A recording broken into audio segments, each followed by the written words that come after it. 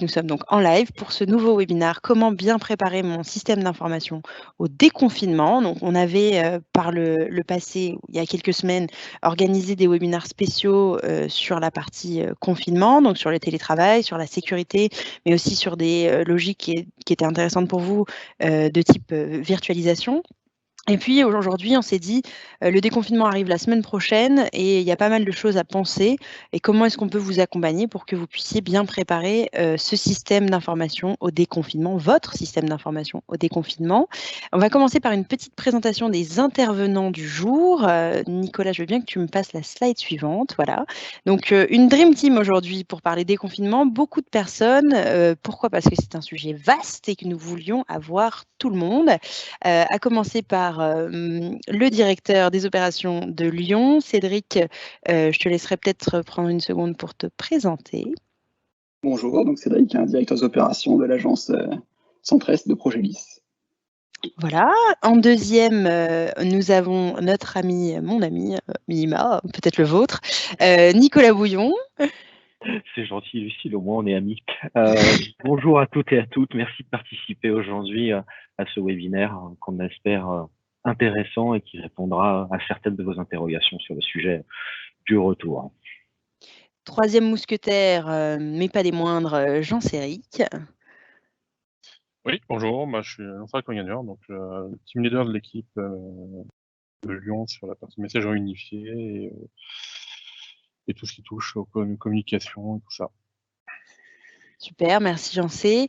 Et last but not least, mon sudiste, le moins sudiste de toute l'histoire, Bernard.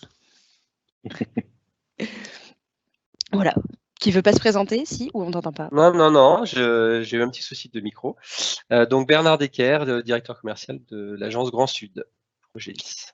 Voilà, et donc vous pouvez le constater aujourd'hui, tous sont dans les étoiles, hein, puisque nous bénéficions de certaines fonctionnalités de Teams comme le fond d'écran. Ils ont décidé de vous emmener sur une autre planète, la planète déconfinement, sauf moi qui n'ai pas cette fonctionnalité puisque nous utilisons aujourd'hui Teams Live Event et que le producteur de l'événement ne peut pas changer son fond d'écran.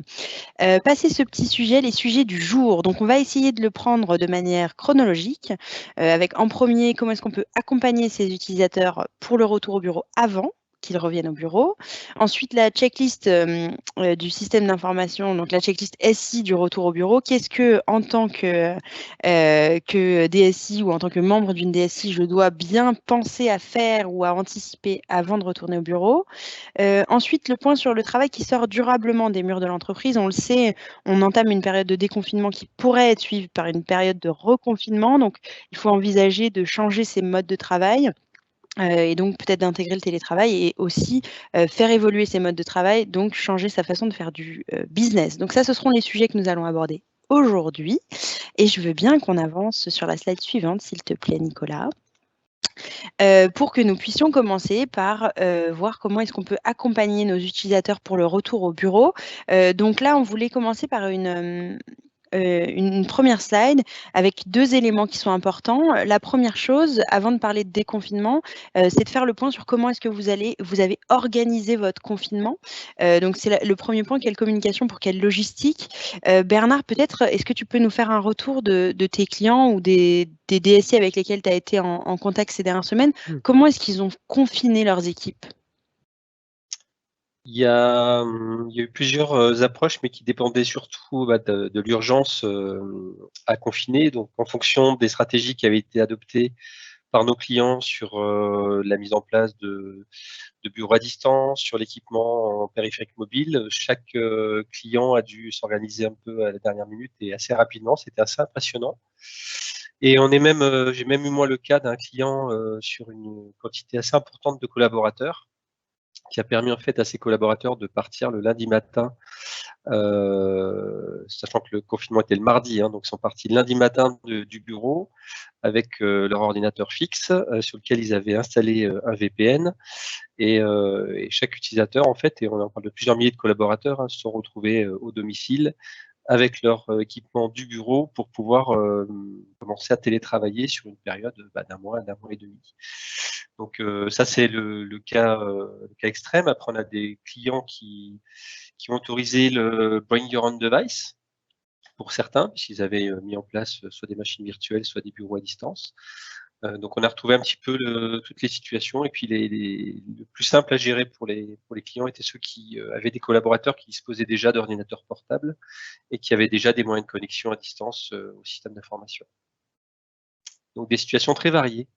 Oui, et ces situations variées, c'est celles qui vont changer un petit peu les règles du déconfinement. C'est vrai que pour ces personnes qui ont, par exemple, emmené leurs ordinateurs avec elles, il va falloir penser à ce qu'elles les ramènent. Alors après, elle se pose aussi la question de si elles vont pouvoir ou non revenir à temps plein au bureau, puisqu'on sait qu'avec les normes qui sont imposées ou qui sont demandées par le gouvernement, les gestes barrières et le nombre de personnes par mètre carré autorisées dans les bureaux, il va sûrement y avoir des alternances sur les personnes qui sont au bureau un jour et peut-être un autre jour. Donc, c'est vrai que sur cette partie communication auprès des utilisateurs, il faut l'anticiper parce qu'avant qu'ils reviennent, on va vouloir leur dire est-ce qu'ils ramènent leur PC, est-ce qu'ils ramènent pas leur PC, et comment est-ce qu'ils gèrent ça. Et puis il y a peut-être aussi d'autres consignes qu'on voulait partager avec eux. Nicolas, peut-être sur ce point des consignes qu'on peut faire passer aux utilisateurs. Avant le retour, effectivement, on va être sur les grands classiques. Ils sont affichés depuis tout à l'heure, mais on peut revenir sur certains des points. Nous, on va pas aller sur le dogme de l'aménagement de l'espace de travail parce que c'est pas à nous de faire des préconisations. Là, on va être tous dans le même bateau et on va essayer d'appliquer le mieux possible pour ceux qui doivent retourner au bureau les préconisations du gouvernement et les difficultés à l'appliquer. Mais d'un point de vue informatique, qui est un petit peu plus notre spécialité, on va effectivement pour des devices qui ont disparu des réseaux d'entreprise depuis un certain temps et qui n'auraient pas été sous monitoring extrêmement serré, on va conseiller des scans antivirus avant de se reconnecter sur les réseaux d'entreprise. On va bien vérifier les machines s'il y a eu beaucoup d'utilisation de périphériques de stockage, disques amovibles, clés USB et autres joyeusetés que les utilisateurs auraient pu être amenés à utiliser pendant le confinement pour travailler. Quand vous allez revenir au bureau et que vous allez tous vous jeter sur la bande passante qui était potentiellement un petit peu stressée d'habitude, s'il y a des mises à jour de poste à faire, s'il y a des synchronisations, s'il y a un certain nombre de traitements ou de mises à jour qui sont effectués, vous risqueriez d'avoir mal à la bande passante la première journée ou les premiers jours. Il faudra faire attention et Cédric reviendra un petit peu plus tard. Je me souviens que c'est toi sur les bonnes pratiques dans ces sujets-là. Bien penser aussi à redémarrer ces machines. Aujourd'hui, on utilise beaucoup des machines sous Windows 10 avec des disques SSD qui se comportent comme des tablettes. Donc le soir, quand la journée est finie, on claque le capot, le matin on le réouvre. Ça veut dire que potentiellement certaines machines n'ont pas redémarré depuis 2 mois. Il peut y avoir des petites mises à jour en cours d'attente qui seraient déclenchées par un reboot. Donc ça, ce serait pas inintéressant de pouvoir le faire avant. Et si différentes mises à jour de sécurité sont à mettre à disposition ou mises à disposition, dans les 2 cas, ce serait bien d'y passer. Oui, ce que tu dis est super intéressant et la raison pour laquelle on va, nous, vous encourager à communiquer auprès de vos utilisateurs, c'est une raison qui est très importante, c'est d'éviter le fait de déborder vos équipes support le jour du déconfinement. Donc lundi, mardi, peu importe le jour que vous aurez choisi pour faire revenir une partie de vos équipes ou l'intégralité de vos équipes sur site, il risque d'y avoir des problèmes et l'idée, c'est de les anticiper et de les réduire. Donc redémarrer son poste, faire ses mises à jour de sécurité pour essayer de diminuer le nombre de problèmes qu'on peut rencontrer. Après, c'est vrai que communiquer auprès de ses utilisateurs, en cette période, c'est pas forcément facile. Alors, on a rajouté une petite slide juste après sur les différents moyens que vous pouvez utiliser pour aborder vos utilisateurs. Cédric, peut-être sur ces éléments? Oui, tout à fait. Donc on a imaginé quels outils sont à la disposition de la DSI ou de l'entreprise pour communiquer à leurs utilisateurs. Comment est-ce qu'ils vont se déconfiner? Donc on peut penser à des emails, à des coups de téléphone, à des intranets, des outils collaboratifs, des affichages sur site ou des flyers qui seront portés plutôt par les directions des ressources humaines. Donc on vous a mis quelques thématiques, quelques outils associés, typiquement Outlook pour la partie email, Teams pour la partie collaboration et téléphonie, la partie SharePoint pour l'intranet également. Oui, je pense que là, on est sur un travail qui est vraiment transverse. Voilà, c'est le travail de la DSI d'informer ses utilisateurs sur, des petites pratiques de redémarrage, de sécurité, d'installation, et de périphériques. Mais je pense que de manière générale dans les entreprises, c'est les ressources humaines qui vont aussi communiquer et peut-être s'appuyer sur leur manière de communiquer pour y intégrer, justement, vos informations qui sont primordiales aussi pour faire en sorte que ce déconfinement, pardon, un lapsus révélateur, soit, agréable pour tout le monde. Donc, ça, c'était la première partie et puis, pour accompagner les utilisateurs dans le déconfinement, nous, ce qu'on a imaginé, c'est que le rôle de la DSI, c'est évidemment d'anticiper les problématiques, d'anticiper le débordement des équipes support, mais c'est aussi de faciliter pour chacun des utilisateurs le déconfinement de l'entreprise. Et pour ça, on avait quelques idées qui nous ont été données par nos amis du grand Microsoft, notre partenaire préféré chez Progelis, évidemment. Nicolas, peut-être pour nous parler de ces logiques de facilitation pour les entreprises où la DSI peut jouer un rôle. Oui, aujourd'hui, on a décidé d'illustrer une approche très très concrète sur laquelle a travaillé Microsoft en amont et qui a été partagée avec ses partenaires principaux sur les sujets. La diapositive ici, elle est assez complète, mais elle illustre le savoir-faire de Microsoft et de ses partenaires dans la capacité à mettre en œuvre des applications à usage circonstancié en ce moment. Là, vous avez illustré une plateforme complète qui va vous proposer un frontal web avec un questionnaire pour la distribution de masques à vos salariés, ou on pourrait extrapoler une ville, un département, une région, avec une partie questionnaire pour un salarié ou un citoyen, ensuite avec des applications pour piloter des centres de distribution ou des lieux de distribution de masques. Donc le principe ici, c'est de se faire générer un QR code au remplissage du questionnaire après avoir signé un CAPTCHA pour éviter la sursollicitation du site. Ensuite, un gestionnaire, donc chez vous, RH, logistique ou Facility Management, pourrait scanner le code barre, remettre les équipements de protection et ensuite avoir tout un back-office en Power BI qui permet de piloter la qualité de la distribution et la fluidité du process. Donc en fait, ici, on a des technologies qui sont de l'Azure, du Power Automate, du Power Apps et du Power BI qui sont utilisés dans une solution qu'on est susceptible de mettre en œuvre telle quelle en quelques jours uniquement chez vous ou quelques jours plus un petit peu de travail si jamais on doit utiliser des règles de gestion particulières, refaire quelque chose sur l'ergonomie parce que vous auriez des desiderata particuliers. Mais en tout cas, on a toute une chaîne de valeur prête à l'emploi à mettre en œuvre en entreprise ou en collectivité. Ce que j'en comprends du coup, Nico, c'est que c'est quelque chose qui existe déjà, tout n'est pas à recréer, l'application est déjà existante et que chacun peut, entre guillemets, se l'approprier, c'est ça? Oui, tu as parfaitement reformulé. L'idée pour nous, c'est que ce logiciel a été conçu par des équipes de Microsoft et ensuite nous avons été formés et nous nous sommes formés à la mise en œuvre de cette application dans un environnement cible. OK, super.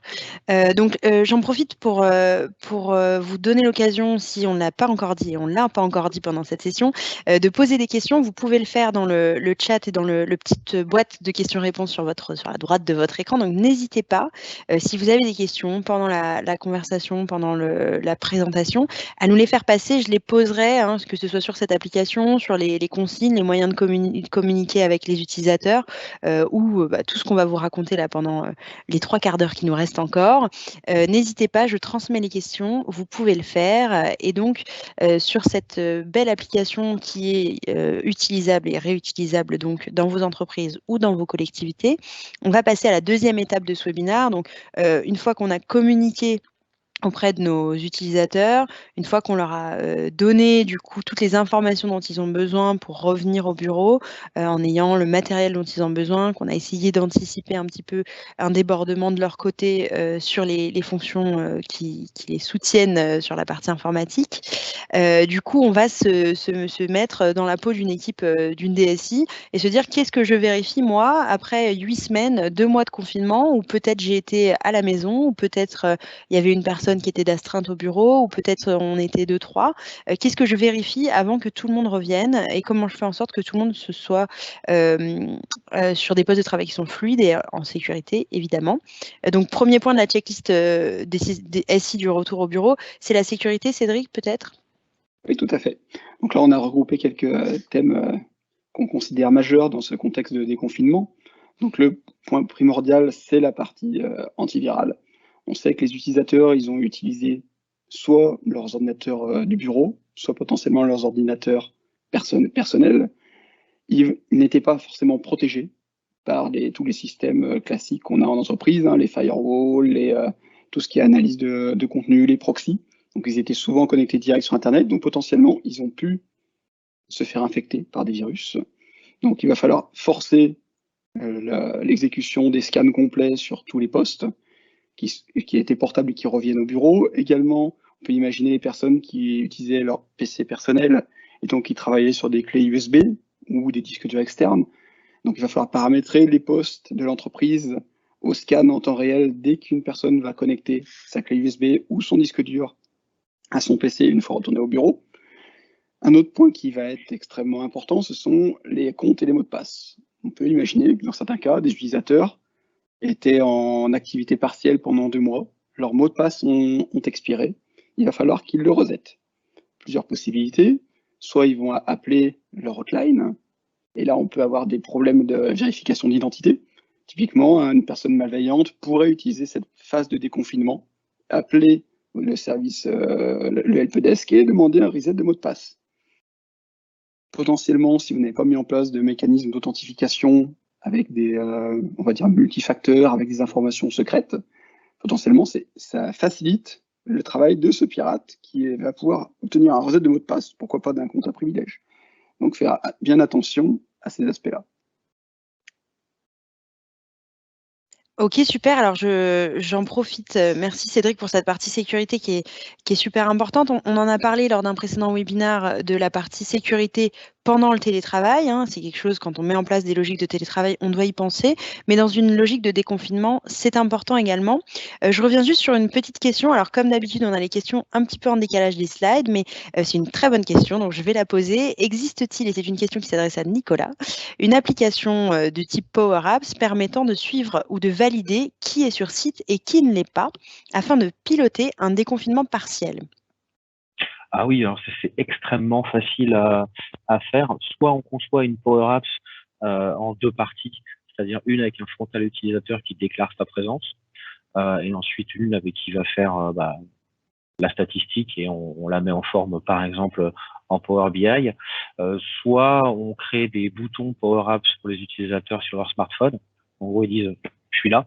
Et nous, derrière, on va aller les comptabiliser, les restituer dans un tableau de bord. Ou alors, on peut prendre des événements informatiques qui ont lieu dans le système. La personne a émis un mail, la personne s'est connectée. En écoutant ces événements avec du Power Automate, et pareil, en reconsolidant de l'autre côté. Donc, il faut juste se poser la question, qu'est-ce qu'on va prendre comme élément marqueur de la présence? Est-ce qu'on souhaite un déclaratif ou est-ce qu'on fait de l'automatisation en captant un événement? Donc ça, c'est une application qui n'existe pas encore, mais qu'on peut créer via Power Apps assez facilement, tu dirais? Ouais, le niveau bas, ça peut prendre une demi-heure, ouais. Voilà, un petit peu audacieux de ta part, mais why not? Ah non, Partons sur une demi-heure, peut-être 1h30 pour les débutants. Une question, réponse oui, non. Nico, tu commences tout de suite? Allez Nico, avant la fin du webinaire, à 15h, elle est finie. On a l'application. Mes 2 écrans sont déjà bien encombrés. Mes 2 écrans sont bien encombrés quand même, mais le défi est intéressant. Le challenge est presque posé. Donc voilà, ça c'était pour cette question. Merci Nicolas pour cette réponse. On va donc enchaîner sur d'autres problématiques qu'on avait dans notre checklist du retour au bureau. Donc après la sécurité qui est primordiale, c'est la bande passante. Hein, ça inquiète beaucoup les DSI et tout le monde de manière générale. Est-ce que ça va passer? Jean-Céric, peut-être sur ce point? Oui, donc on est tous dans cette situation, c'est-à-dire qu'il y a pas mal de sociétés qui commençaient à regarder tous ces outils collaboratifs un peu de loin pour commencer à mettre ça en place dans les années à venir. Et on a tous été obligés de mettre ça en place rapidement. Donc on a beaucoup de sociétés qui ont mis en place des solutions de téléprésence, de vidéoconférence et tout ce qu'on peut trouver avec ça. Et le problème, c'est que le retour au bureau va sûrement réduire un peu les usages de ces solutions-là, puisqu'on va pouvoir se revoir, à nouveau faire des réunions, alors peut-être dans des conditions un peu spécifiques au début, mais dans des salles et tout ça.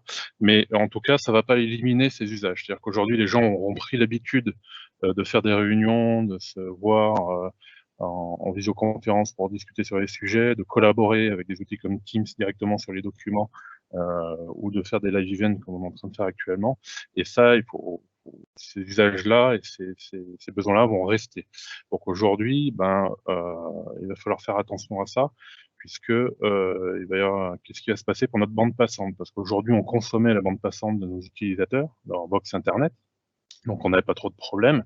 Mais demain, quand on va avoir une dizaine, quinzaine, trentaine de personnes qui vont revenir dans les locaux, là, il va falloir faire attention à la bande passante, parce que nos bandes passantes de société, aujourd'hui, ne sont pas forcément en adéquation avec les bandes passantes utilisateurs. Donc, je prends Nicolas qui aujourd'hui a de la fibre chez lui, il a 1 giga de bande passante. Aujourd'hui, s'il revient chez Progélis, alors même si on est bien loti, on ne va plus avoir qu'une centaine de mégas de bande passante. Donc aujourd'hui, où il pouvait faire beaucoup de choses avec beaucoup de personnes, quand il va revenir chez nous, peut-être les usages qui vont devoir changer. Donc il va falloir soit dans un premier temps revoir nos équipements à nous, c'est-à-dire les bandes passantes internet, mettre de la QoS et toutes ces choses-là pour appliquer les bonnes pratiques par rapport à tous ces outils collaboratifs, puisqu'aujourd'hui ça reste dans les bonnes pratiques d'activer toutes ces mécaniques-là.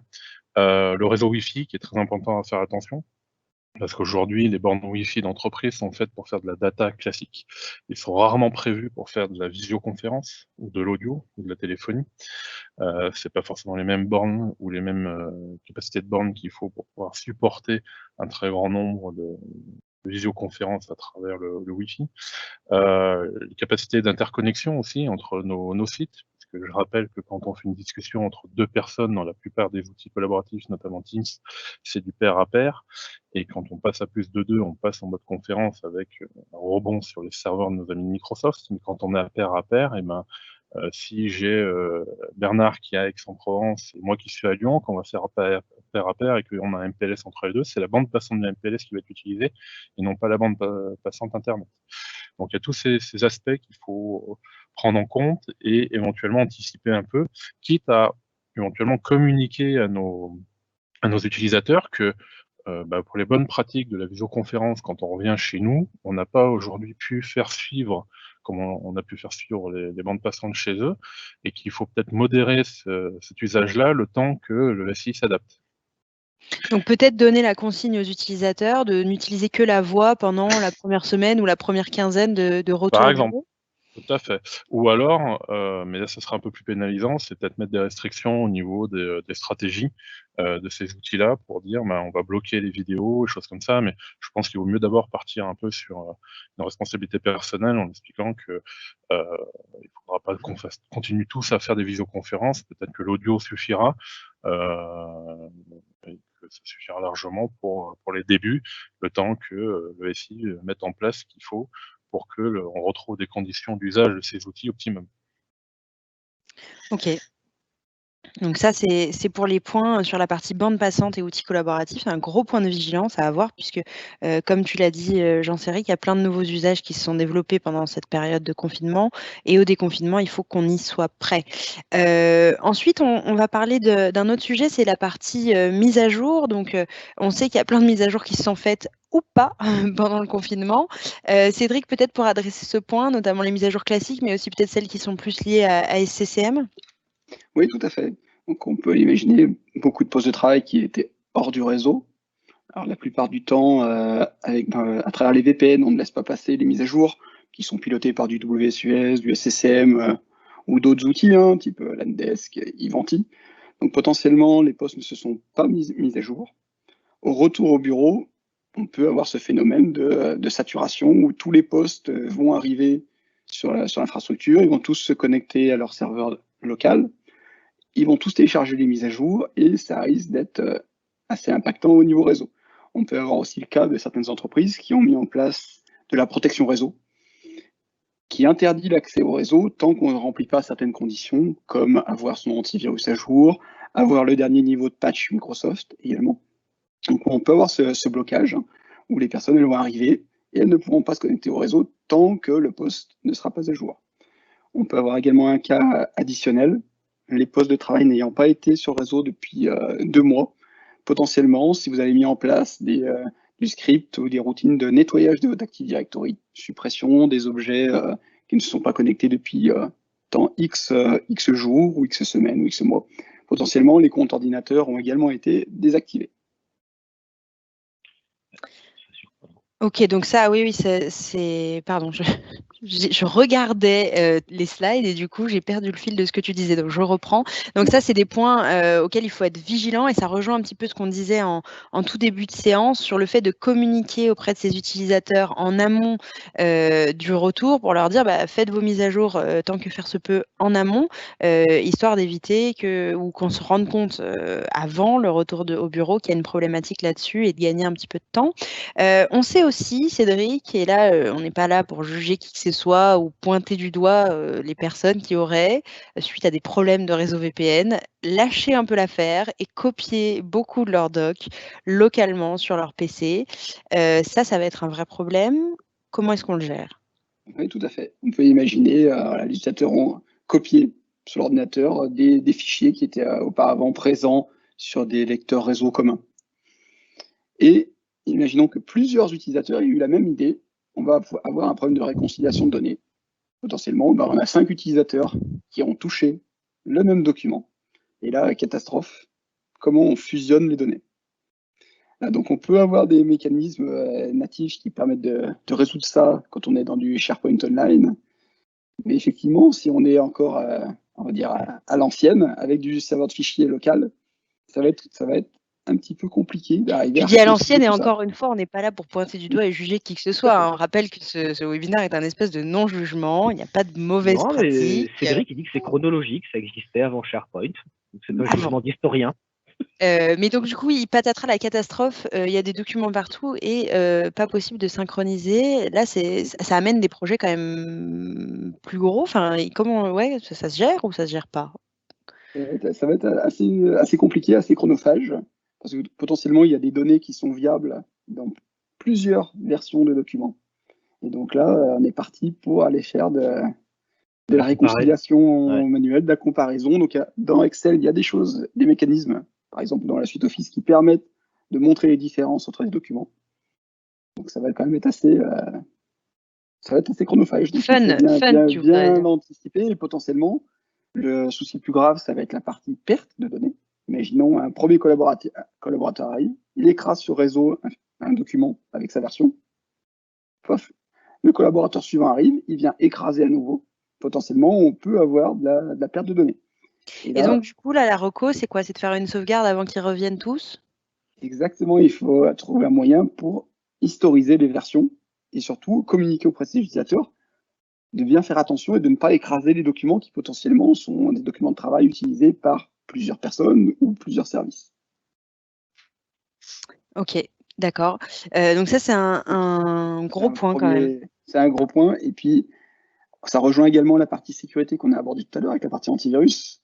Ce qu'on vous conseille, c'est de faire des backups de vos infrastructures internes, surtout de la partie qui héberge les documents, avant l'arrivée des collaborateurs, au cas où des collaborateurs, au minimum un, arrivent avec un cryptolocker embarqué et vous chiffrent tous vos lecteurs réseau avant que potentiellement les antivirus aient tourné. Ou, on peut vite avoir une catastrophe où d'une heure d'arrivée sur le réseau des déconfinés, potentiellement tout notre réseau est cryptoloqué.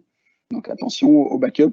Pensez au backup hors site également maintenant, parce que on peut avoir vite de très très gros problèmes. Ça serait dommage que le réseau interne s'arrête une heure après le déconfinement. Oui, un point de vigilance que nous allons marquer d'une pierre blanche sur nos cahiers, les uns et les autres, et autres OneNote, sur ce petit vent de panique qui nous envahit. J'ai une question. Si on ne dispose pas d'Office 365, on n'a pas ce problème de doublon, d'écrasement de fichiers, oui ou non? Tout dépend comment on utilise Office 365. Est-ce qu'on a activé la coédition? Est-ce qu'on met bien tous ces documents? Si on ne l'utilise pas, si on n'a pas Office 365, donc si on gère ces fichiers, j'imagine, autrement, ou si on est encore on-prem, est-ce qu'on peut avoir ces problèmes de doublon et d'écrasement de fichiers? Oh que oui.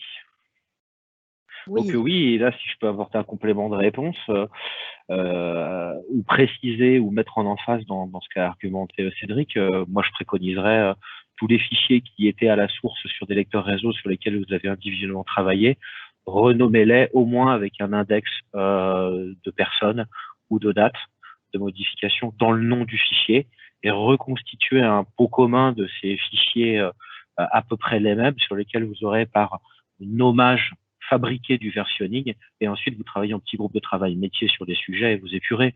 Mais c'est le seul moyen, c'est un nommage différent, il n'y a que comme ça qu'on peut éviter des écrasements, des fusions, des mauvaises interprétations. Qu'est-ce que moi je sais pas Cédric, peut-être un... Tout à fait. Après, il y a une petite solution technique, hein, si on est sur du Windows Server, bien activer les versions précédentes sur, sur les répertoires de partage pour arriver à faire une restauration très rapide également. Ou du snapshot, des technos de snapshot sur des VSAN, des choses comme ça. Une très bonne question donc. Donc ce problème est à garder en tête pour les personnes qui ont Office 365 et qui n'ont pas Office 365. Ça peut bien se passer, mais ça peut aussi ne pas trop bien se passer. Donc on va essayer d'anticiper, encore une fois, ce qui m'amène à la slide suivante. Et donc un exemple ici de problème ou d'erreur qu'on peut rencontrer en déconfinement. Cédric, peut-être pour oui, tout à fait, c'est ce que je vous disais tout à l'heure. Hein. Au cas où on ait des routines qui viennent désactiver tout ce qui est post ne se soit pas connecté sur l'Active Directory récemment. Donc typiquement, on aura ce message qui va apparaître direct. Hein, la relation de confiance est perdue entre votre poste de travail et votre domaine. Et qu'est-ce qu'on fait quand la relation de confiance, ça m'a l'air sérieux, hein, dans on le cadre d'une relation, la relation de confiance entre le poste de travail et le domaine qui échoue, moi ça m'inquiète, Cédric. Je ne sais pas ce qu'on peut faire. Alors, on a deux possibilités, hein, soit l'utilisateur appelle au secours, appelle la hotline peut réactiver. Et ça, ce serait un bon utilisateur. C'est ça.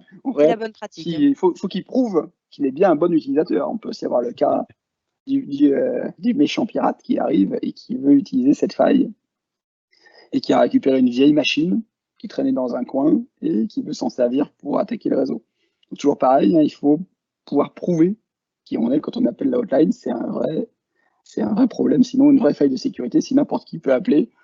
Et moi, j'appelle le helpdesk Progis et je dis, ok, je suis Cédric Singer, voulez-vous, s'il vous plaît, resetter mon mot de passe et mettre 1, 2, 3, 4, 5, 6, j'arrive plus à accéder à mes documents. Et là, patatras, un méchant a accès à toutes nos belles propositions commerciales, à toute notre base client, et là, c'est le drame. Et là, normalement, on devrait avoir des questions de sécurité au moins pour... et là, j'ai envie de vous dire, comme nous avons MFA, nous ne pouvons pas risquer ce scénario. Vrai ou faux? Tout à fait. Je commence à avoir des intérêts à cette solution qui me demande constamment d'approuver ou de désapprouver des connexions. Donc, c'est de plus en plus positif. Au fur et à mesure de ces webinaires, moi, petit à petit, je suis convaincue par cette solution parce que ça a l'air quand même de faire peur quand on l'a pas. Ok, donc du coup, ça, c'était pour l'erreur. Donc, l'utilisateur appelle le helpdesk et ensuite, le helpdesk, lui, peut régler le problème, j'imagine. Tout à fait. Il va pouvoir soit réactiver le compte ordinateur au niveau de l'Active Directory, s'il a été juste désactivé. Par contre, s'il a été supprimé, il va falloir qu'il y ait un technicien qui se présente sur place. Et là, c'est là qu'apparaissent les problématiques de proximité. Il va falloir prévoir quelques personnes sur tous les sites pour pouvoir traiter les problèmes qui peuvent se présenter, pour avoir une réactivité. Parce que les problématiques, c'est qu'on risque d'avoir des débordements au niveau du support. Là, c'est vrai qu'on n'est plus vraiment dans ce cas-là parce qu'on parle d'un déconfinement qui ne sera plus massif, mais un petit peu plus limité. Et c'est vrai que si on avait eu un déconfinement massif, potentiellement, on aurait pu avoir des centaines d'appels aux équipes support avec des problématiques de hotliners qui ne soient pas dispo, des temps d'attente qui soient importants. Oui, parce qu'en fait, c'est vrai que quand on nous a annoncé ce déconfinement et qu'on a décidé de faire ce webinaire, on s'est imaginé d'un seul coup nos clients avec tous leurs utilisateurs revenus au bureau et à utiliser. Et là, plus le déconfinement se déconfine lui aussi et nous montre un petit peu à quoi il va ressembler, plus on réalise que on aura vraisemblablement pas l'intégralité des salariés qui reviendront au même moment la semaine prochaine dans les bureaux. C'est vrai que le débordement du support, c'était une crainte qui était l'une des premières qu'on avait évoquées en préparant. On devrait pouvoir le gérer un petit peu mieux, je pense, Cédric, du fait qu'il y aura moins de monde qui va se reconnecter au même moment. Pour autant, le fait qu'il y ait moins de monde qui vont se reconnecter au même moment, ça va engendrer peut-être d'autres problèmes. Ça veut dire qu'on va arriver sur une situation où on a des gens au bureau, on a des gens à distance. Mais c'est vrai qu'on avait mis cette slide et je vous invite, si vous avez des questions sur les différents sujets qu'on vient juste d'aborder, à les poser maintenant parce qu'on va changer de thème juste après. Mais on a mis cette slide vraiment pour vous rappeler les 3 choses qui nous semblaient importantes. C'est premièrement, vigilance sur la partie sécurité. Il y a des failles qui peuvent s'ajouter aux failles habituelles dans une logique de déconfinement. Cédric en a beaucoup parlé. Deuxièmement, la communication, c'est prévenir vos utilisateurs des petits gestes qui peuvent faire gagner du temps à tout le monde et puis faire gagner de la sécurité aussi à vos organisations.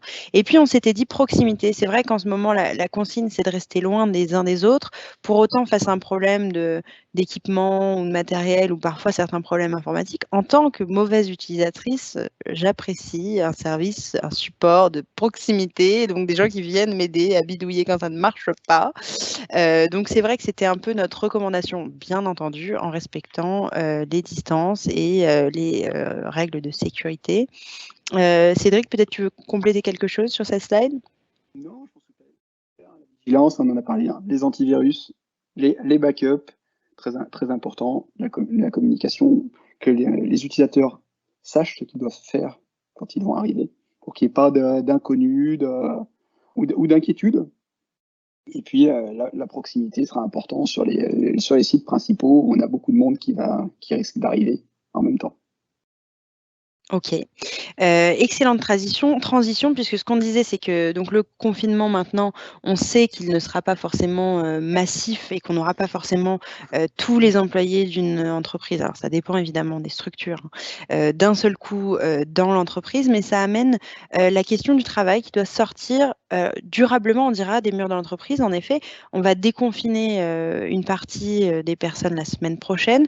Peut-être qu'il faudra reconfiner dans quelques semaines et se pose la question de mettre en place des solutions pérennes pour le télétravail et surtout de la position de votre entreprise ou de votre structure vis-à-vis du télétravail. Donc, on vous a mis sur la slide suivante un petit visuel qui circule sur les réseaux sociaux et qui nous pose la question de qui a dirigé la transformation numérique de votre entreprise. Est-ce que c'était votre DSI? Est-ce que c'était votre dirigeant d'entreprise ou le Covid-19?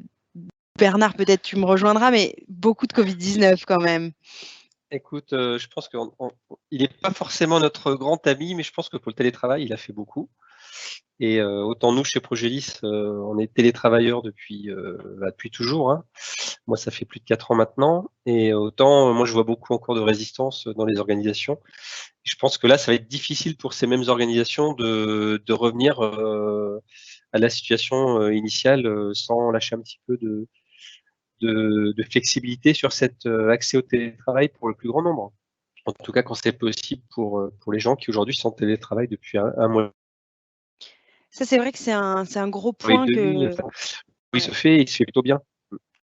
Ça se fait plutôt bien, je suis d'accord avec toi. Et je pense que la vraie question qui va se poser, c'est télétravail et si les utilisateurs veulent continuer à en faire. Alors, veulent continuer à en faire parce que dans les bureaux, il n'y a pas la place pour tout le monde et qu'on est obligé de faire moitié-moitié, ou est-ce qu'ils veulent continuer à en faire parce que ça fait 2 mois qu'ils en font, que ça se passe moyen bon, pas trop mal, et qu'ils se disent pourquoi pas 1 jour par semaine rester chez moi, 3 jours par semaine, 2 jours par semaine. Donc la question va se poser de ce qu'on veut mettre en place du coup en tant que DSI ou en tant que dirigeant d'entreprise pour ce télétravail et que ce soit plus forcément le Covid-19 qui dirige les choix d'entreprise à partir de très bientôt. Ça, c'est peut-être la suite. Et du coup, l'idée, elle est de commencer par reprioriser ces projets. C'est vrai que peut-être que sur l'année 2020, les DSI, certains le font et c'est une bonne pratique, hein, construisent leur roadmap, se sélectionnent une liste de projets, de challenges qu'ils ont prévu de relever sur l'année 2020, sur l'année 2021, chaque année. Qu'est-ce qui était prévu? Alors forcément, il y a des choses qui ont dû être arrêtées pour gérer l'urgence, pour mettre en place un télétravail en moins de 5 jours, en moins de 2 semaines. Il y a plein de choses qui ont été arrêtées. Qu'est-ce que je veux relancer? Quels étaient mes projets? Et quelle est la priorité en tant que DSI que je vais mettre sur le télétravail? Donc, je ne sais pas, peut-être si l'un d'entre vous, Nico ou Cédric, veut compléter là-dessus sur des retours que vous avez pu avoir, mais je pense que ça va devenir le projet le plus immédiat. Je peux donner un complément. C'est entre les clients qui avaient décidé de passer au collaboratif à O365 pour à la fois fluidifier leur productivité, favoriser la collaboration et le travail en multipoint, compléter des gens qui ont découvert de façon forcée les usages collaboratifs parce que les salariés répartis chez eux ou sur du multisite, il y a fort à parier que les projets collaboratifs vont continuer de croître en nombre et en densité et qu'on va pas avoir de machine arrière. Satya Nadella, président de Microsoft au niveau mondial, a expliqué qu'ils ont gagné, que la planète potentiellement a gagné 2 ans et demi sur la transformation digitale et l'adoption massive d'Azure et Office 365. Donc c'est parce que c'est ce qui s'est passé. Là, en 2 mois, la planète a accéléré le mouvement sur ces sujets-là, grosso modo, d'après les chiffres MS, de 2 ans et demi. Donc on est sur quelque chose de majeur qui va effectivement impacter les roadmaps projets des entreprises. Et du coup, donc, si on avance sur la suite dans cette logique de mettre en place le télétravail, Bernard, c'est toi qui nous a rajouté cette slide et parce que tu l'as trouvée importante et je te rejoins là-dessus. Mettre en place le travail, oui, mais comment? Peut-être qu'il faut un peu le formaliser maintenant? Ah bah, je pense qu'il y a quand même beaucoup d'organisations qui l'avaient déjà intégré, soit dans leurs accords collectifs, soit dans des chartes, soit dans des accords individuels. En tout cas, celles qui ne l'avaient pas fait jusqu'à maintenant vont certainement l'officialiser. Et puis, tu disais, qu'est-ce qui va se passer si certains collaborateurs souhaitent avoir accès au télétravail, même si il y a un peu encore des freins ou des nouveaux freins de l'employeur. Bah là, c'est encadré par la loi. Je pense que le télétravail est maintenant un droit. Et il faut vraiment que l'employeur, en tout cas sur un ou 2 jours, je crois que c'est 2 jours, hein. Il faut vraiment que l'employeur motive auprès du salarié, voire d'autres instances, le fait que ce salarié ne peut pas télétravailler. Ça va être difficile après le mois et demi qu'on vient de vivre. Donc oui, il y aura cette phase de contractualisation. Typiquement, nous, chez Progélis, c'est dans nos contrats de travail et on sait qu'on a jusqu'à 2 jours de télétravail par semaine sans rien demander à nos managers directs. Donc, je pense que ça va un petit peu changer la relation contractuelle dans les organisations quelles qu'elles soient. Après, c'est plus ou moins facile en fonction des secteurs, en fonction des structures. Oui, en fonction de la taille des structures, j'imagine, avec les échanges avec les représentants des salariés et les organisations syndicales. Donc ça, c'est pour la partie plutôt officialisation et formalisation. Après, on sait que pendant cette petite période de confinement, certaines entreprises sont passées rapidement au télétravail, je dirais, ont mis peut-être de manière précipiter en place quelques solutions pour répondre aux besoins de leurs utilisateurs et pour ça, on les salue. Jean-Céric, peut-être comment est-ce qu'on fait pour pérenniser des choses qui ont peut-être été faites un peu trop rapidement? Bon, bah, je pense que là, on va avoir pas mal de boulot, nous, à l'issue de tout ça, parce qu'effectivement, on a dû mettre des choses en place rapidement. Je pense que tous, hein, que ce soit nous sur Lyon ou dans le sud, hein, Nicolas peut confirmer, on a des clients qui ont dû faire ce qu'on appelle du quick and dirty, hein, c'est-à-dire qu'il faut mettre en place rapidement la chose pour pouvoir apporter la solution, quitte à ce que ça corresponde pas aux standards de la société ou que ça soit pas complètement intégré à la société, mais dans tous les cas, il va falloir remédier à tout ça à l'issue pour revenir à des situations nominales, avec, comme en parlait Cédric, avec de la sécurité, comme toi tu en parlais avec de la mise en place de MFA pour sécuriser un peu tous ces accès à ces clouds qui auraient pu être créés. Enfin, voilà. Donc là, effectivement, il va falloir se repencher sur ce qui a été mis en place et sans parler de le repenser, puisqu'aujourd'hui, si les solutions sont en place et fonctionnent, c'est comment les faire revenir dans le carcan du SI pour que les bonnes choses décidées dans le SI soient appliquées et éventuellement faire évoluer certaines choses dans le SI pour qu'on puisse utiliser ces outils de façon nominale.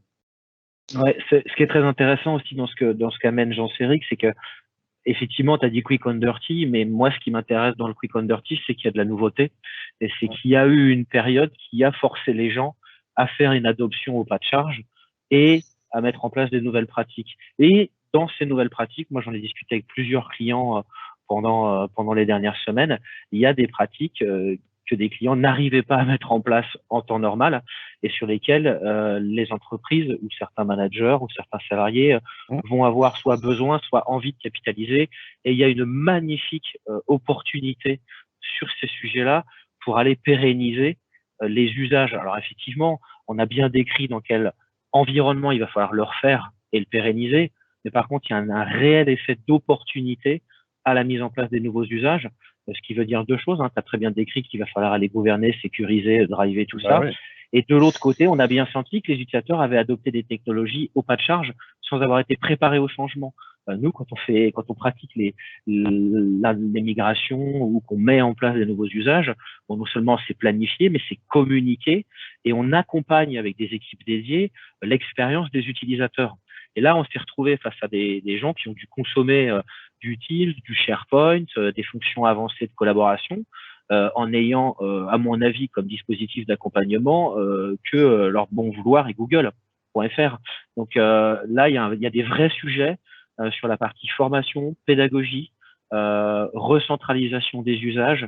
Il y a des groupes de travail à monter sur le fait d'élire des nouvelles pratiques par rapport aux autres et de les rendre et de les faire rentrer dans les fondamentaux de l'entreprise. Et d'en recadrer certaines, parce qu'aujourd'hui, du fait que les utilisateurs étaient livrés à eux-mêmes, ils ont peut-être fait un mauvais usage de certaines fonctionnalités. Donc il va y avoir quand même du boulot pour le SI derrière, puisque voilà, Nico, il faut les pérenniser et revenir dans les bonnes adoptions des produits et pas faire n'importe quoi. Et dans l'exemple, Progelist par exemple, avant on ne faisait pas de live event, on s'y est mis, alors qu'on avait les possibilités. Et ça fait partie aujourd'hui, je pense qu'aujourd'hui notre service marketing, si on leur dit que demain on leur recoupe le live event, Lucille va être triste. Ils vont nous mais c'est fini. Moi, c'est fini. J'adore ce les webinaires avec les outils, voilà. Ouais. Ah non, mais c'est plus possible. Enfin, surtout bon, qu'en voilà. fait, voilà, c'est un bon exemple, mais en amont, on le faisait juste avec Teams.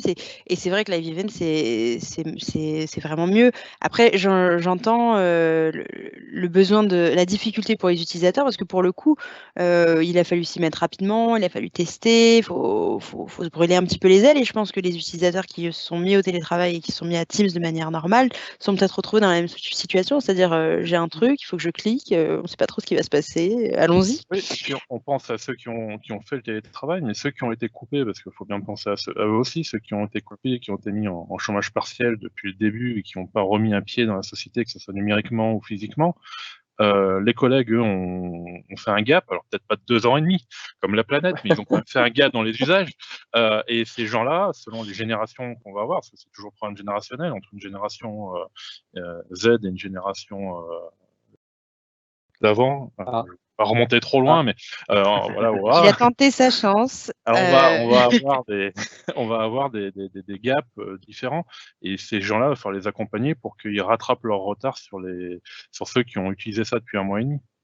Oui, donc c'est accompagner à la fois ceux qui ont utilisé des solutions, qui se sont mis du jour au lendemain à faire des choses nouvelles, mais c'est aussi ceux qui étaient en activité partielle, qui étaient isolés, qui ne sont pas au même niveau. Peut-être prendre le temps de remettre tout le monde au même niveau, justement, au même niveau de compréhension, au même niveau d'adoption, être à l'écoute des besoins des utilisateurs et leur fournir les éléments dont ils ont besoin pour se sentir bien dans leur environnement de travail.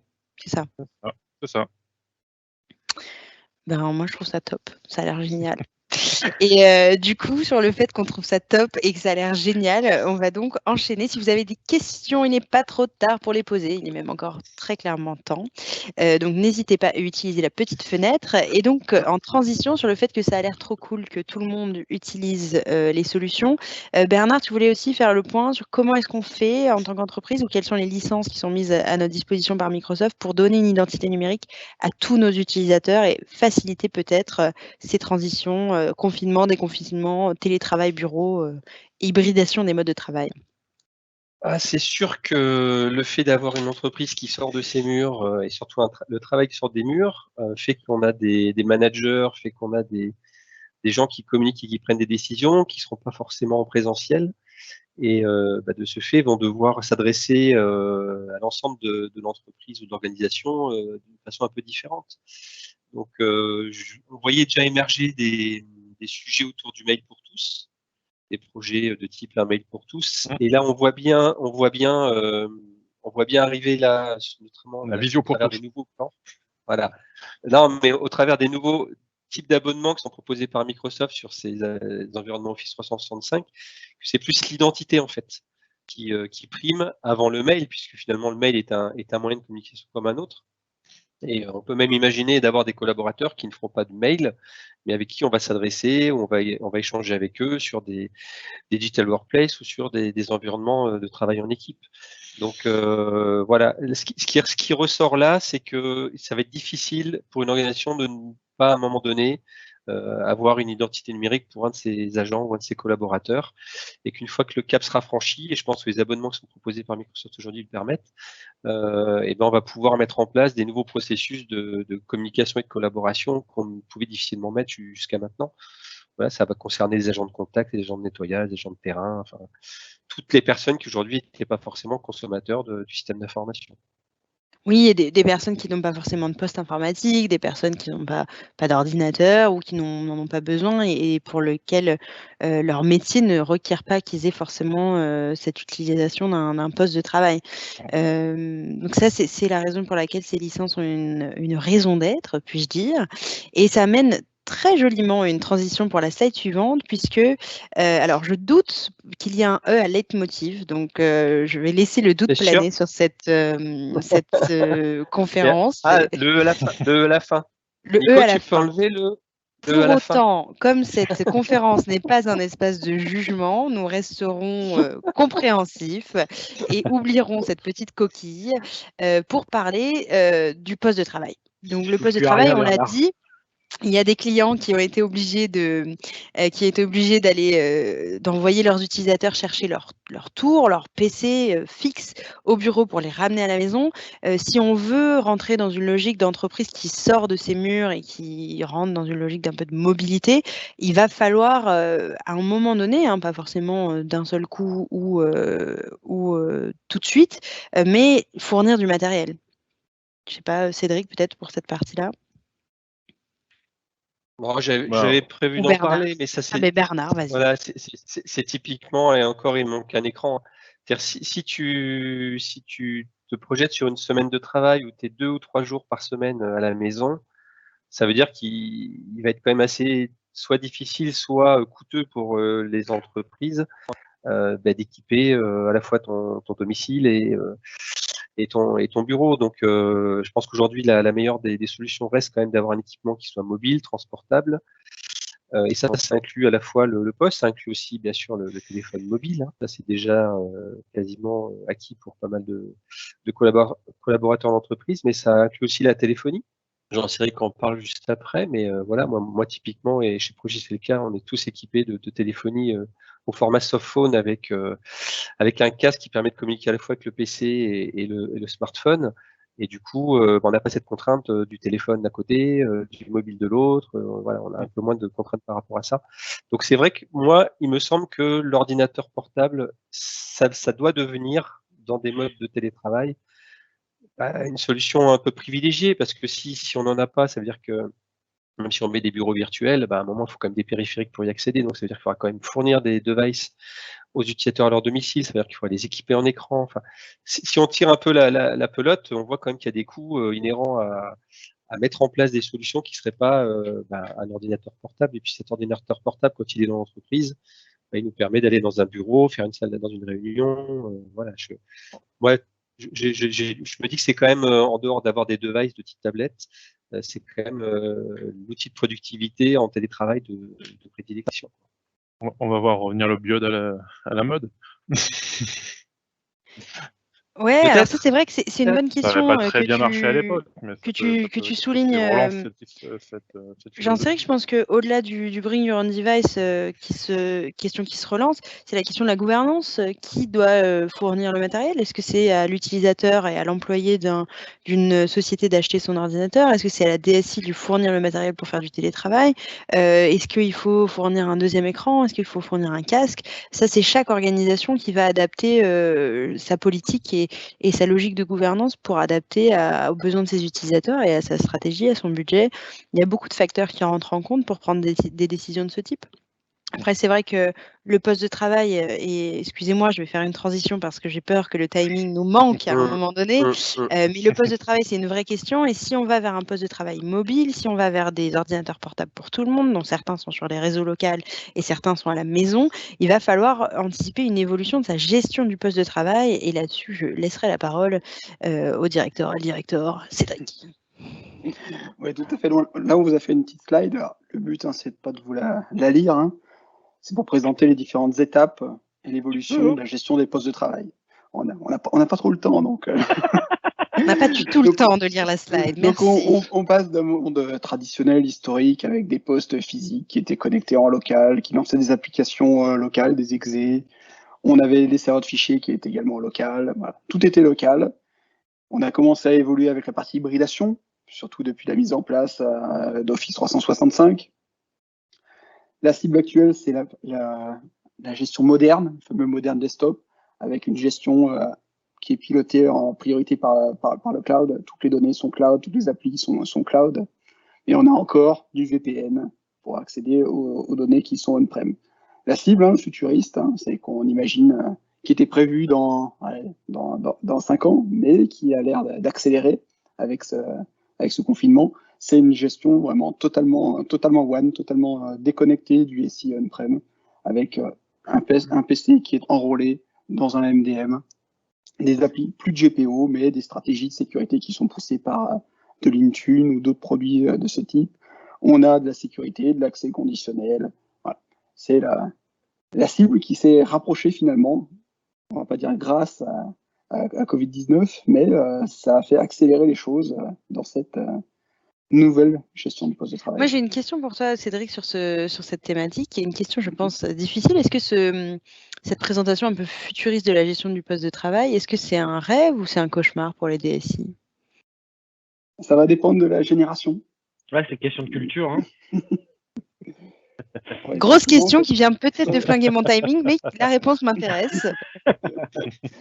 On change les habitudes. Et on a tous eu l'habitude de gérer, faire du traditionnel, du local. Par contre, les nouvelles générations sont un peu plus orientées sur le cloud et sont pour la plupart full cloud et ne comprennent pas qu'on puisse encore avoir des vieilles applications exé qu'on vienne installer sur son poste. Eux, ils font que de l'application web, du HTML5. Et ils comprennent pas pourquoi on est encore coincé dans beaucoup d'entreprises avec nos vieilles applications, qu'on est obligé de les faire tourner sur des émulateurs, qu'on n'est même pas capable de les faire tourner sur Windows 10. Donc aujourd'hui, ça évolue, on est poussé en avant par ce confinement, par ce changement qui a été extrêmement rapide finalement, et passé en une semaine d'un monde encore totalement on-prem à de plus en plus de cloud. Et un peu qui légitime un peu ce discours de ces jeunes générations qui nous disent que nos vieilles applications à papa avec notre point .exe qu'on installe depuis un point de distribution va mieux d'évoluer. Je pense que vous êtes dur avec vous-même, à vous traiter comme ça de vieille génération. Non, mais c'est un peu agressif. Non, mais aujourd'hui, on a quand même encore des générations de login. Souvent, j'ai un exemple tout bête, aujourd'hui, on a des gens qui se connectent à la mode NT4 encore sur leur PC, au lieu de se connecter à la mode Windows 2000, alors qu'on est en 2019, enfin 2020 même.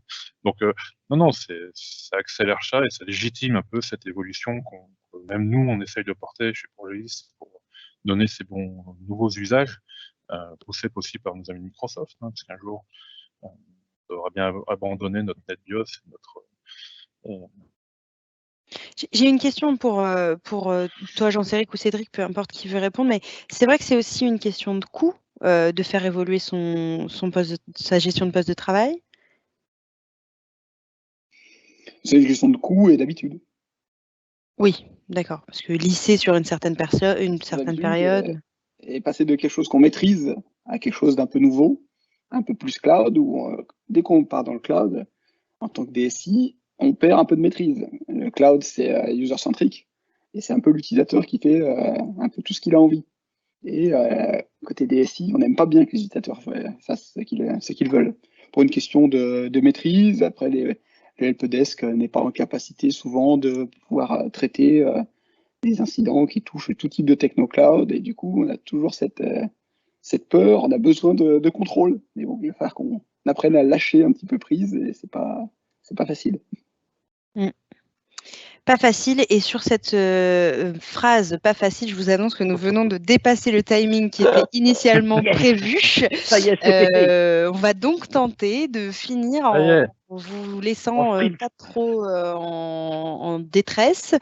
Donc le point suivant qu'on avait imaginé, c'était donc l'idée de porter les documents vers le cloud. Ça rejoint un petit peu ce qu'on disait, c'est-à-dire que si on a mis des documents sur notre poste parce que le VPN ne fonctionnait pas, il va être peut-être plus facile d'aller sur Office 365 et de le gérer de cette façon, Bernard? Oui, clairement, je pense que les gens qui sont mis à travailler avec Teams notamment ont forcément à un moment donné partagé des documents au travers de l'environnement.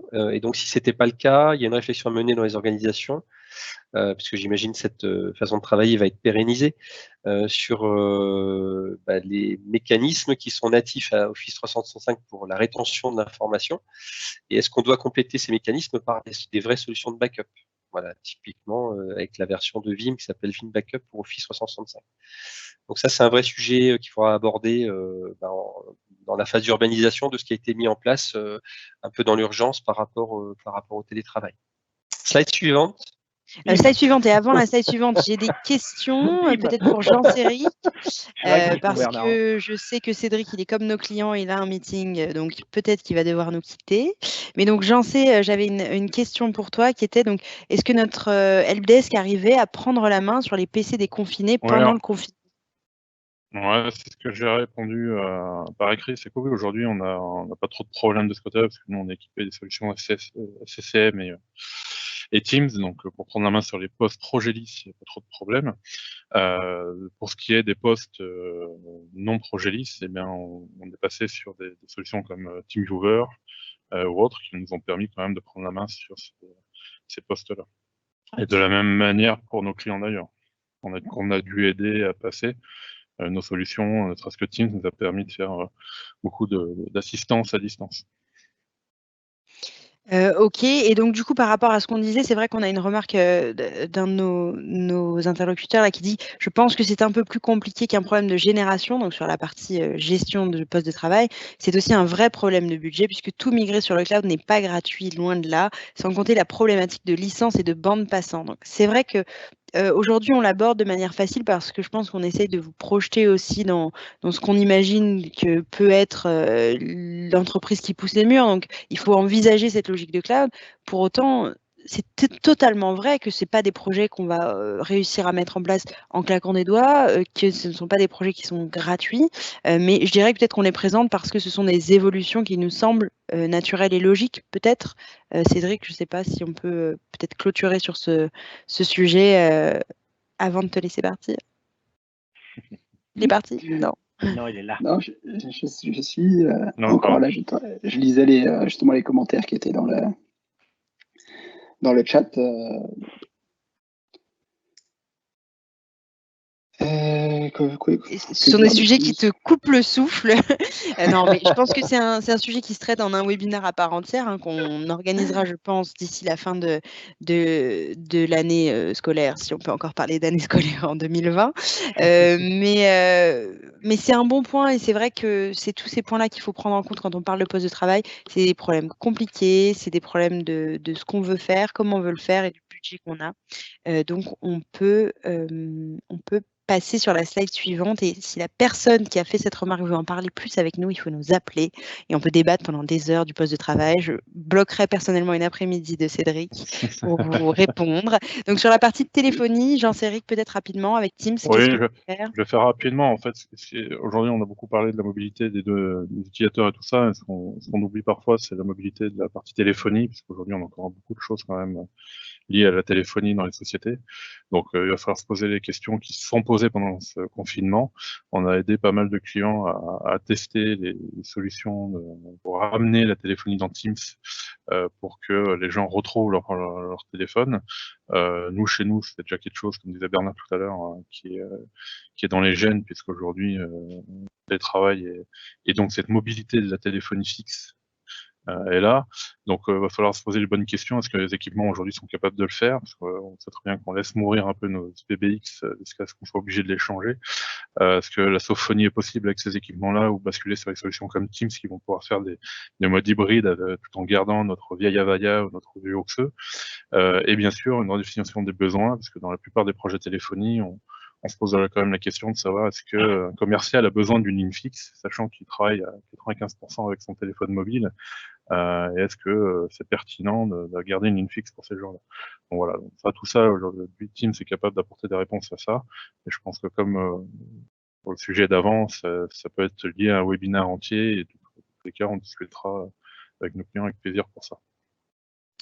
Ok, donc du coup, si on passe à la suite rapide, un intranet qui doit suivre. Nico, tu voulais nous partager quelques chiffres sur le Digital Workplace et l'importance, quand on met en place justement cette logique de télétravail, de mobilité, d'avoir un intranet qui tienne la route derrière. Oui, là, c'était l'idée était de ramener des éléments chiffrés qui venaient pas juste de notre perception et notre mesure du business et de la température avec le prisme qui est le nôtre, forcément, qui est du coup partiel et partial parfois, puisqu'on est effectivement plutôt dans la logique Office 365 et Azure en ce qui nous concerne dans l'ADN. Donc là, j'ai remonté une enquête hyper récente, qui a 3-4 jours, de Pulse et de Simpler, qui a été fait à la fois sur des DSI nord-américains et sur des DSI européens d'entreprises au-dessus de 1000 salariés jusqu'à moins de 10 000. Alors effectivement, là, je les ai un peu jetés, mais le rythme va faire que, grosso modo, ce qu'il faut retenir, c'est sur les grands chiffres, le 89% est intéressant. C'est pourquoi les intranets échouent, parce qu'ils sont pas centrés sur l'expérience utilisateur. Donc ça, c'est des retours DSI. Donc si vous voulez faire d'intranet collaboratif, donc du digital workplace, faut être user-centrique et faut être très vigilant sur les personas et les modes d'utilisation et les scénarios d'utilisation que vous allez mettre en place.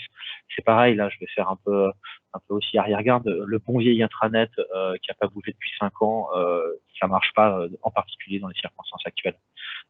C'est pas possible. Ce qui est très intéressant il y en a un qui est bien aussi, il y a le 71% est sympa.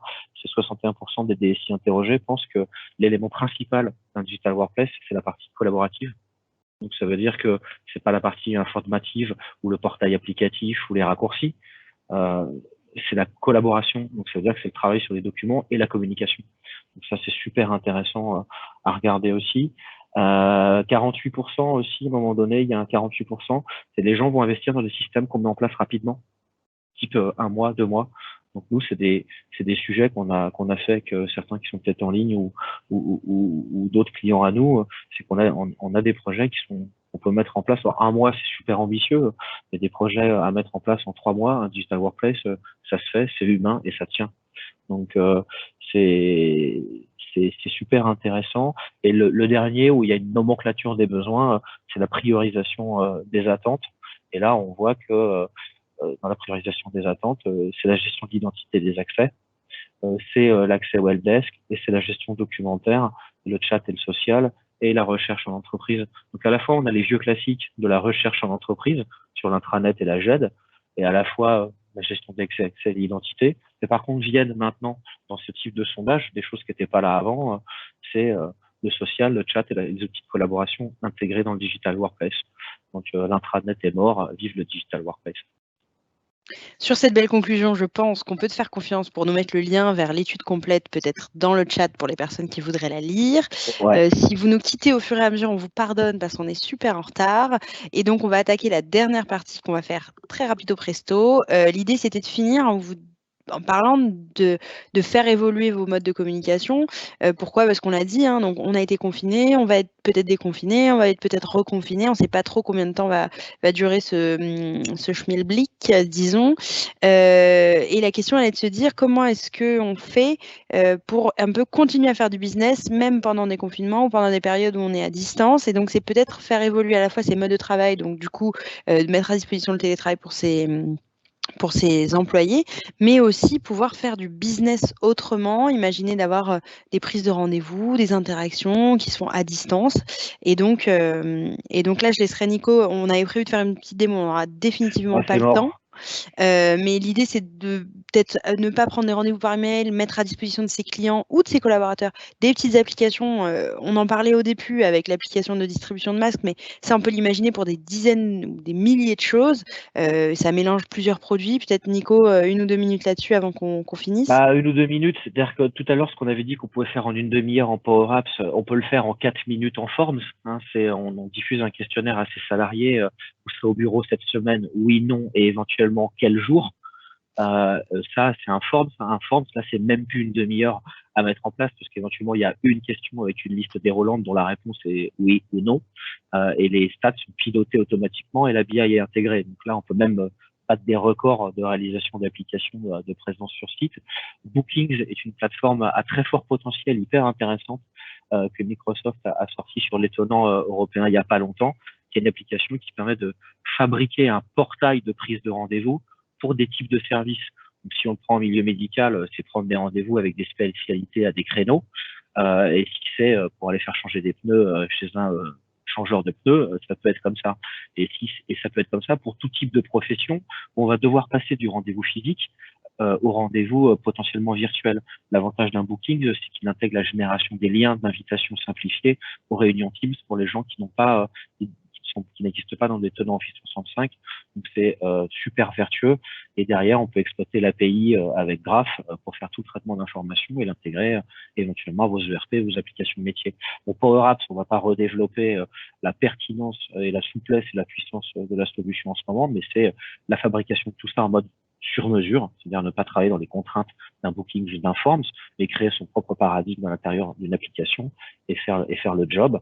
Et Teams, c'est un produit qui à lui seul permet de générer de la prise de rendez-vous, de la tenue de rendez-vous, de la tenue d'événements. Et Teams, c'est super sympa parce que c'est comme le Seigneur des Anneaux, vous pouvez mettre tout le reste à l'intérieur de Teams. Pour les gouverner tous. Oh, magnifique conclusion. Je pense qu'on peut rester là-dessus. Bravo à Nico pour avoir intégré le Seigneur des Anneaux. Moi qui n'ai pas réussi à dire galvaudé pendant cette présentation, je suis un peu déçue. Voilà, donc on devait finir sur une démo et on ne le fera pas. Pour autant, si vous voulez que Nico vous parle pendant une après-midi entière de cette logique des Power Apps, on peut aussi négocier ça, il n'y a pas de problème. Donc n'hésitez pas à revenir vers nous. Je pense que donc il n'y aura pas de questions. Merci à tous de nous avoir suivis. Si vous avez des questions après, vous pouvez nous les envoyer. On vous enverra bien entendu le replay de la présentation et puis les slides. Donc, si vous avez des questions, n'hésitez pas. Belle journée à tous et à très bientôt. Merci à tous. Merci à tous. À bientôt. Au revoir.